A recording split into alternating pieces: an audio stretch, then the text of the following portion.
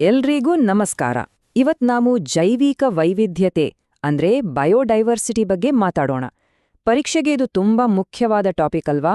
ಹಾಗಾದ್ರೆ ಈ ದೊಡ್ಡ ವಿಷಯವನ್ನು ಹೇಗೆ ಸುಲಭವಾಗಿ ಅರ್ಥ ಮಾಡ್ಕೊಳ್ಳೋದು ಅಂತ ನೋಡೋಣ ಬನ್ನಿ. ಹೌದು, ನೋಡೋಕಿದ್ದು ತುಂಬಾನೇ ದೊಡ್ಡ ಟಾಪಿಕ್ ಅಂತ ಅನ್ಸ್ಬೋದು. ಆದ್ರೆ ಚಿಂತೆ ಬೇಡ, ನಾವಿದನ್ನ ವ್ಯವಸ್ಥಿತವಾಗಿ ಹಂತ ಹಂತವಾಗಿ ಕಲಿತ್ರೆ ಪ್ರಮುಖ ಅಂಶಗಳನ್ನ ಸುಲಭವಾಗಿ ನೆನ್ಪಿಟ್ಟುಕೊಳ್ಬೋದು. ಸರಿ, ಹಾಗಾದ್ರೆ ಇವತ್ತು ನಾವು ಏನೇನು ಕಲಿಯೋಣ? ಮೊದಲು ಕೆಲವು ಮುಖ್ಯ ವ್ಯಾಖ್ಯಾನಗಳು, ಆಮೇಲೆ ಹಾಟ್ಸ್ಪಾಟ್ ಅಂದ್ರೇನು ಅಂತ ನೋಡೋಣ. ಅದಕ್ಕೆ ನಮ್ಮ ಪಶ್ಚಿಮ ಘಟ್ಟಗಳ ಉದಾಹರಣೆ ತೆಗೆದುಕೊಳ್ಳೋಣ. ನಂತರ ಪ್ರಭೇದಗಳಿಗಿರೋ ಅಪಾಯವನ್ನ ಹೇಗೆ ಅಳೆಯುತ್ತಾರೆ ಅಂತ ತಿಳಿದುಕೊಂಡು ಕೊನೆಗೆ ಪರೀಕ್ಷೆಗೆ ಬೇಕಾದ ಒಂದು ಸಣ್ಣ ಸಾರಾಂಶ ಮಾಡ್ಕೊಳ್ಳೋಣ. ಓಕೆ, ಹಾಗಾದ್ರೆ ಮೊದಲನೇ ಭಾಗಕ್ಕೆ ಹೋಗೋಣ. ಯಾವುದೇ ವಿಷಯಕ್ಕೆ ಅಡಿಪಾಯ ಬಹಳ ಮುಖ್ಯ. ಇಲ್ಲಿ ನಮ್ಮ ಅಡಿಪಾಯ ಅಂದ್ರೆ ಅದರ ವ್ಯಾಖ್ಯಾನಗಳು. ಜೈವಿಕ ವೈವಿಧ್ಯತೆ ಅಂದರೇನು? ಸರಳವಾಗಿ ಹೇಳೋದಾದರೆ ನಮ್ಮ ಭೂಮಿ ಮೇಲೆ ಇರೋ ಎಲ್ಲಾ ತರದ ಜೀವಿಗಳು. ಇದು ಬರೀ ಪ್ರಾಣಿ, ಸಸ್ಯ ಅಷ್ಟೇ ಅಲ್ಲ. ಒಂದು ಪ್ರಭೇದದ ಒಳಗಿನ ವ್ಯತ್ಯಾಸ, ಬೇರೆ ಬೇರೆ ಪ್ರಭೇದಗಳ ನಡುವಿನ ವ್ಯತ್ಯಾಸ ಮತ್ತು ಕಾಡು, ಮರುಭೂಮಿ, ಸಮುದ್ರದಂತಹ ಪರಿಸರ ವ್ಯವಸ್ಥೆಗಳ ವೈವಿಧ್ಯತೆ ಇದೆಲ್ಲವೂ ಸೇರುತ್ತೆ. ಈ 3 ಹಂತಗಳನ್ನ ನೆನ್ಪಿಟ್ಕೊಳ್ಳೋದು ಪರೀಕ್ಷೆಗೆ ತುಂಬಾ ಇಂಪಾರ್ಟೆಂಟ್. ಮೊದಲನೆಯದು ಆನುವಂಶಿಕ ವೈವಿಧ್ಯತೆ, ಅಂದ್ರೆ ಒಂದೇ ತಳಿಯ ನಾಯಿಗಳಲ್ಲಿ ಬೇರೆ ಬೇರೆ ಬಣ್ಣ ಇರುತ್ತಲ್ಲ, ಆ ರೀತಿ. ಎರಡನೆಯದು ಪ್ರಭೇದಗಳ ವೈವಿಧ್ಯತೆ, ಅಂದ್ರೆ ಒಂದು ಕಾಡಲ್ಲಿ ಹುಲಿ, ಜಿಂಕೆ, ಆನೆ ಹೀಗೆ ಬೇರೆ ಬೇರೆ ಪ್ರಾಣಿಗಳಿರುವುದು. ಮೂರನೇದು ಪರಿಸರ ವ್ಯವಸ್ಥೆಯ ವೈವಿಧ್ಯತೆ, ಅಂದ್ರೆ ಭೂಮಿ ಮೇಲೆ ಕಾಡು, ಬೆಟ್ಟ, ನದಿ, ಸಮುದ್ರ ಅಂತ ಬೇರೆ ಬೇರೆ ತರಹದ ಜಾಗಗಳಿರುವುದು. ಎಲ್ಲವೂ ಒಂದಕ್ಕೊಂದು ಸಂಬಂಧಿಸಿವೆ. ಹಾಗಾದ್ರೆ ಈ ಜೈವಿಕ ವೈವಿಧ್ಯತೆ ನಮ್ಗೆ ಯಾಕೆ ಬೇಕು? ಯಾಕೆ ಇಷ್ಟೊಂದು ತಲೆ ಕೆಡಿಸ್ಕೊಳ್ಬೇಕು? 2 ಮುಖ್ಯ ಕಾರಣಗಳಿವೆ. ಒಂದು ಪರಿಸರಕ್ಕೆ ಸಂಬಂಧಿಸಿದ್ದು.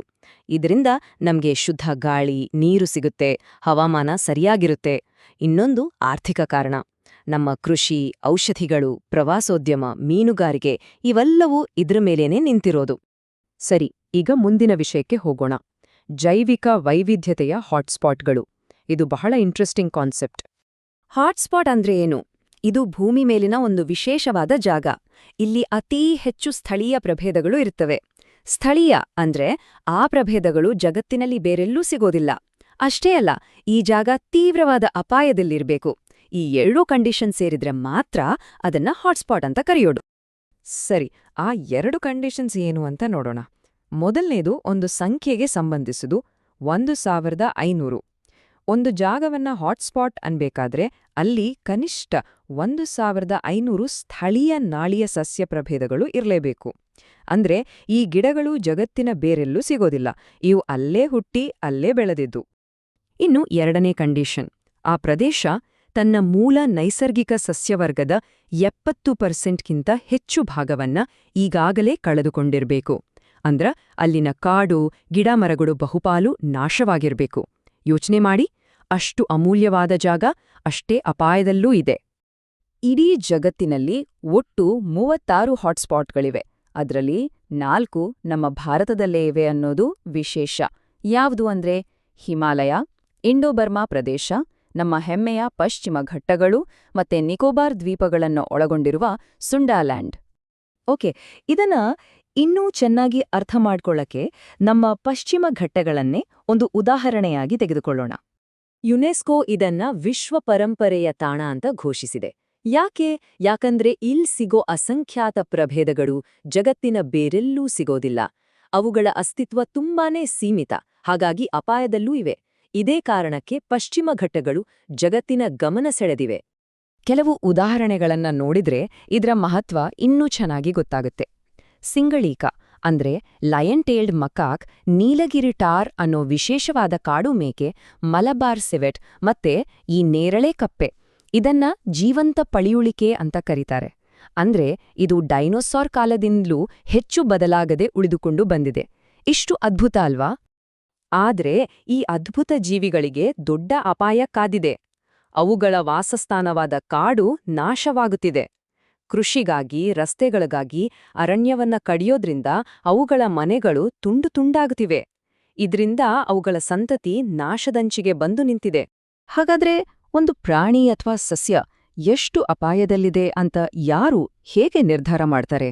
ಅದಕ್ಕಾಗಿಯೇ ಇರೋ ಒಂದು ಜಾಗತಿಕ ವ್ಯವಸ್ಥೆಯೇ IUCN ಕೆಂಪು ಪಟ್ಟಿ ಅಥವಾ ರೆಡ್ ಲಿಸ್ಟ್. 1964ರಲ್ಲಿ ಶುರುವಾದ ಈ ಕೆಂಪು ಪಟ್ಟಿ ಜಗತ್ತಿನ ಎಲ್ಲಾ ಪ್ರಭೇದಗಳ ಸ್ಥಿತಿಗತಿಯನ್ನು ದಾಖಲಿಸುವ ಅತಿ ದೊಡ್ಡ ಮತ್ತು ಅಧಿಕೃತವಾದ ಲಿಸ್ಟ್. ಇದನ್ನ ರೆಡ್ ಡೇಟಾ ಬುಕ್ ಅಂತಾನೂ ಕರೀತಾರೆ.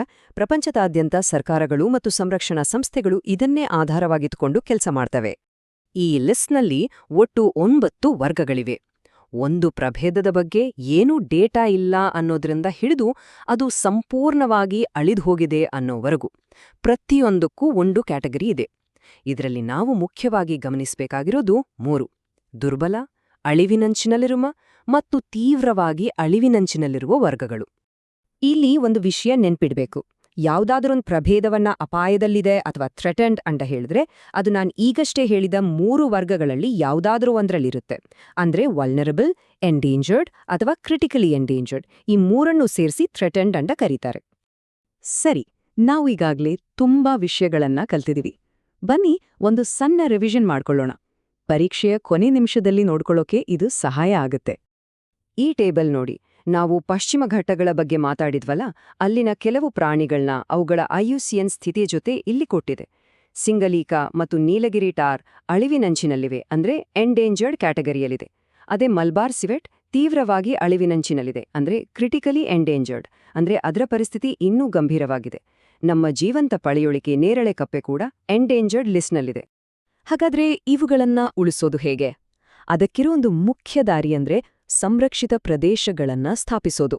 ಉದಾಹರಣೆಗೆ ಕೇರಳದಲ್ಲಿರುವ ಸೈಲೆಂಟ್ ವ್ಯಾಲಿ ರಾಷ್ಟ್ರೀಯ ಉದ್ಯಾನವನ. ಈ ತರಹದ ಜಾಗಗಳು ಈ ಅಪರೂಪದ ಜೀವಿಗಳಿಗೆ ಸುರಕ್ಷಿತವಾದ ಮನೆಯನ್ನ ಒದಗಿಸ್ತವೆ. ಈ ಸಂಖ್ಯೆಗಳನ್ನು ನೋಡಿದಾಗ ಸಮಸ್ಯೆಯ ಗಂಭೀರತೆ ಅರ್ಥವಾಗುತ್ತೆ.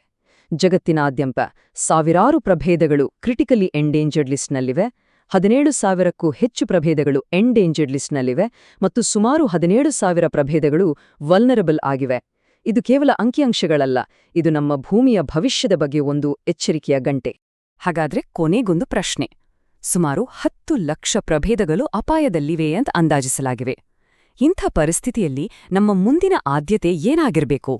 ಯಾವ ಪರಿಸರ ವ್ಯವಸ್ಥೆಗಳನ್ನ ಉಳಿಸಲು ನಾವು ಮೊದಲು ಗಮನ ಕೊಡಬೇಕು ಮತ್ತು ಆ ನಿರ್ಧಾರವನ್ನ ನಾವು ಹೇಗೆ ತೆಗೆದುಕೊಳ್ಬೇಕು? ಇದು ಇಂದಿನ ಸಂರಕ್ಷಣಾ ತಜ್ಞರ ಮುಂದಿರುವ ಅತಿ ದೊಡ್ಡ ಸವಾಲು. ಇದರ ಬಗ್ಗೆ ಯೋಚನೆ ಮಾಡಿ.